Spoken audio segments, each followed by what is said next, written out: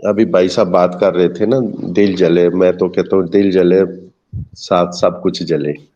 یہ تو میں میجک سیکھتا تھا نا، تو ہمارے استاد کہا کرتے تھے کہ جس کو پتہ چل گیا اس کے لیے کھیل، اور جس کو نہیں پتہ چلا اس کے لیے جادو. تو آج کل کی جو میڈیکل سائنس بتا رہی ہے کہ یہ تو جو کزن میرج ہے اس کی وجہ سے یہ پرابلم ہوتی ہے.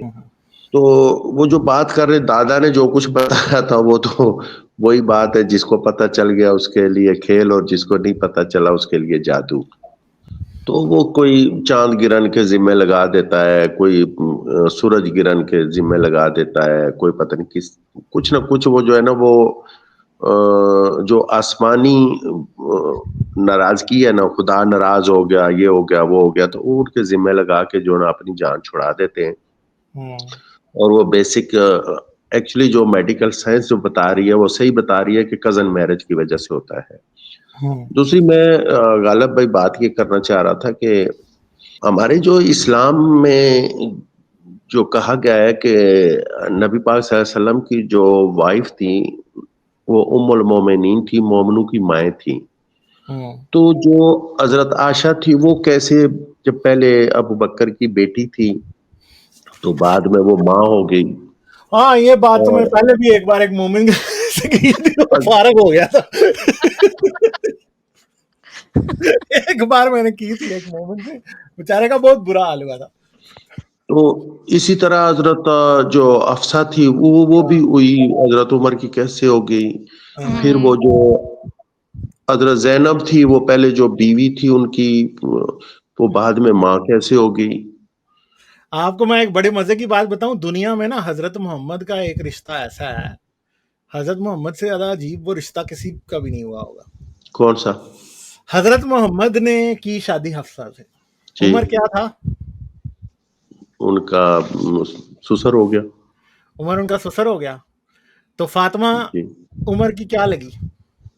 یہ تو مجھے نہیں پتا. نواسی لگی سسر، نا عمر کی، ستیلی نواسی. نواسی لگی بالکل. ٹھیک ہے. اچھا اب کیا ہوا کہ جی فاطمہ سے وہ بیٹی کا رشتہ اس نے مانگا، وہ چاہتا تھا حضرت محمد سے فاطمہ کا اس نے رشتہ مانگا اور حضرت محمد نے نہیں دیا. اب بی بی فاطمہ کی وفات کے بعد کیا ہوا جی کہ علی سے اس نے فاطمہ کی بیٹی کا رشتہ مانگ لیا. جی ایسا ہی ہوا. اور علی نے دے دیا، اور وہ اس طرح کر کے رسول کا داماد بن گیا، رسول کا پوتی کا. اور رسول کی پوتی اب رسول کی کیا لگی؟ تو رسول کی نواسی کیا لگی؟ رسول کی ساس. اور فاطمہ کے ساتھ تو اس سے بھی عجیب رشتہ ہے، اس کی اپنی بیٹی اپنی نانی لگی. دیکھیں آپ. اچھا غالب بھائی، جب اگر کوئی مومن بھائی ذرا سے بھی سوچ بچار کرے نا، تو میرے خیال میں تو یہ کچھ بھی جو ہے نا اس کی بنیادیں ہی نہیں ہے، اور یہ اتنا کچھ گڑبڑیشن ہو رہی ہے جس کا کچھ حساب ہی نہیں ہے. یہ تو میں ہے. کہتا ہوں کہ یہ جو قبر کا عذاب بتایا جا رہا ہے، دوزخ کا عذاب بتایا جا رہا ہے، اور وہ دیکھا نہیں ہے، وہ ان ایک آج چیزوں آیا کا تھا کہ مجھے بڑا قبر کے عذاب سے کہہ کے گیا یار کہ آپ جنت میں چلے جائیں غالب بھائی. وہ ہمیشہ آتا ہے. اچھا اچھا یہ اگر نہ بھائی ہو نا ہم جنت تو میں میرے چلے گئے خیال میں نا، لوگ حقیقت کو بھی قبول کر لیں. ہم جنت میں چلے گئے تو ہم نے اللہ کو براق کی خوراک میں نہ بنایا تو پھر کہنا ہم نے ایسی کی تازی اللہ کی دوزخ سے ہی کر دینی. اچھا ہاں جی کریں بات. میں نے غالب بھائی ابھی میں نے 2 دن ہی ہوئے، ایک شاکر شجاع آبادی ہے اس کا ایک شعر سنا تھا، مجھے پورا یاد نہیں ہے، مگر ایک جو کلی ہے وہ یہ کہہ رہا ہے کہ مجھے جنت میں جو 72 حوریں دینی ہے مجھے، اس میں ہاں سے مجھے ایک ہی حور پہ میں گزارا کر لوں گا، اور مجھے یہاں پہ دنیا میں اس ذرا طرح پیٹ بھر کے روٹی دے دو. تو میرے خیال میں اس نے صحیح جو ہے نا وہ عکاسی کی ہے وہ جنت کی. ہاں ایگزیکٹلی. جی یہی تو بات چلے. ہے. غالب بھائی میں آپ کو کافی دیر سے سن رہا ہوں، تو مامو بہن میں آپ سے سخت ناراض ہوں. جی کیوں؟ کہ آپ لوگوں نے مجھے جو ہے نا وہ حاجی صاحب کے پروگرام سے بلاک کیا ہوا ہے. وہ غلطی سے تو ہو گیا میں ہوگا. آئی ڈونٹ تھنک کہ آپ کو میں نے کبھی انٹینشنلی بلاک کیا ہے. میں جا کے اس کو دیکھوں گی کہ میں سوچ رہی تھی آپ بہت دن سے آپ کو نہیں دیکھا ادھر. آپ کا یہی نام ہے اشتیاق احمد ادھر بھی؟ جی ادھر بھی ایسا ہی ہے. اچھا تو میں اس کو آپ کو نکال لوں گی بلاک لسٹ سے. ہو سکتا ہے کبھی کبھی لوگ آ رہے ہوتے ہیں, جیسے چڈی ماسٹر آتا تھا اور دوسرے لوگ آتے تھے, میں جلدی سے بلاک کرنے کی کوشش کرتی ہوں تو غلطی سے آپ بلاک ہو گئے ہوں. میں آپ کو جا کے نکال دوں گی بلاک لسٹ سے. مجھے آپ بتا دیا کریں جب ایسی کوئی چیز ہوتی ہے. تو کہاں سے کیسے بتایا کریں جب آپ سے رابطہ ہی نہیں ہو رہا تو؟ جی آپ کو میں بتاؤں گی نیکسٹ شو میں کہ کہاں آپ ای میل کر سکتے ہیں ہمیں. چلے میں سمجھا شاید میں آپ لوگوں کے لیے ناپسندیدہ شخص ہوں, اس نہیں وجہ سے مجھے بلاک. کوئی ایسی مجھے کوئی ایسی چیز یاد نہیں ہے کہ آپ کو میں نے انٹینشنلی بلاک کیا ہو سکتا ہے غلطی سے ہو گیا ہو. جی چلے بہرحال زندگی جو ہے نا انسان کی, وہ اگر سوچ بچار کرتا رہے نا تو چینج ہوتی رہتی ہے. بچپن انسان کا اور طرح کا تھا, وہ سوچتا بھی اور طرح کا تھا. جوان ہوتا ہے وہ اس کے فزیکل جو ہے نا وہ اور طرح کا ہے, اس کی سوچ بھی اور طرح کی ہے. یہ ہماری جو ایج ہے ابھی 60 سال کی ہوگی ہوئی ہے, تو ہم جو ہے نا ہماری سوچ بھی اور طرح کی ہے, اور ہم اس ٹائم پہ جا کے اپنی جو زندگی پیچھے جو گزر گئی ہوتی ہے اس کو جب دیکھتے ہیں کہ ہم نے کیسے گزاری ہے. یہ میں نے اتنی نمازیں پڑھی, اتنی دعائیں کی, میں وہ عمرہ کرنے کے لیے مکہ چلا گیا, مدینہ چلا گیا, پھر وہ جا کے اب جو ہے نا ایک خاص نتیجے پہ جا کے پہنچے ہیں. اور یہ بھی اگر یہ ایسی ٹیکنالوجی سائنسدان نہ ایجاد کرتے کہ آپ لوگوں سے رابطے ہوتے, تو ہمیں تو کچھ پتہ نہیں چلتا, ہم اندھیرے میں ہی رہتے اور اسی طرح مر جاتے. جی بالکل. اور میں بھی پہلے اپنے آپ کو اکیلا سوچتی تھی کووڈ سے پہلے کہ شاید میں ہی ایسی ہوں اور کوئی دوسرے لوگ ایسے نہیں ہیں, لیکن ہماری کمیونٹی اب ہمیں پتہ چل گیا ہے کہ کتنے سارے لوگ ہمارے جیسے ہی ہیں دنیا میں. تو یہ ٹیکنالوجی کی ہی وجہ سے ہوا ہے, اور غالب بھائی کی وجہ سے آئی تھنک. جی مومو, بہت سے لوگ جو ہیں وہ حقیقت کو قبول کرنا چاہتے ہیں, مگر یہ جو وہ خوف ہے نا قبر کا, دوزخ کا, اس وجہ سے جو ہے لوگ ڈرتے ہیں, کہتے ہیں یار کہیں ہم دوزخ میں نہ چلے جائیں اور پتہ نہیں آگے کیا ہوگا. یہ مولوی لوگوں نے ڈرایا بھی ایسے طریقے سے جاتا ہے, ڈراتے بھی ایسے ہے نا کہ انسان اسی ٹائم جب سنتا ہے تو ان کے رونگٹے کھڑے ہوتے ہیں. دیکھیں ہم سب ساتھ ہیں, اور اگر ہم بڑے اطمینان سے سوچیں کہ کیا کہہ رہے ہیں یہ کہ بچھو سانپ آئیں گے مرنے کے بعد, قبر تنگ ہو جائے گی, یہ سب نان سینس ہے. یہ it doesn't make any sense. 2 فرشتے پہنچ جائیں گے, آپ کو انویسٹیگیٹ کریں گے, it's just made up nonsense. جب ہمارا برین جب مر جاتا ہے تو ختم ہو جاتا ہے سب کچھ. میری ذاتی رائے محمد بھائی ایسا ہے کہ ایسی ہے کہ یہ چیزیں اس ٹائم کہی جاتی تھی انسانوں کو جب ملک نہیں ہوتے تھے اور ریاستیں نہیں ہوتی تھی.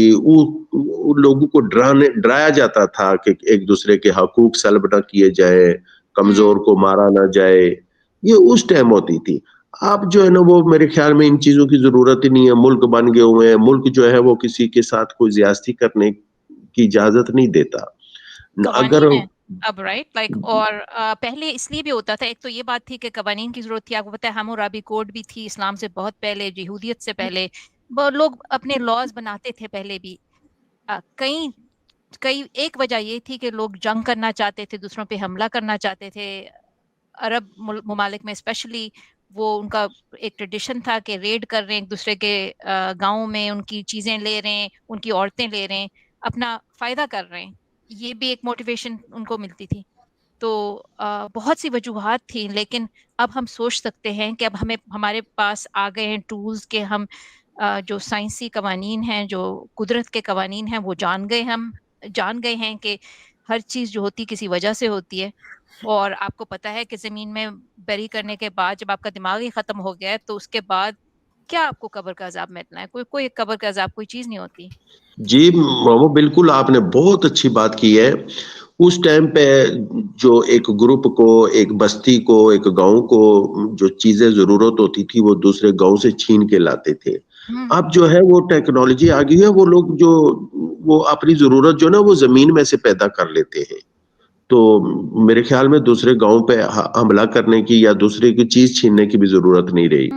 اب بہتر ہم رہ رہے ہیں دوسروں کے حق کے ہم اویئر ہیں کہ ان کے بھی حقوق ہیں, ہمیں نہیں کرنا چاہیے دوسروں کے ساتھ جو ہم نہیں چاہتے اپنے لیے.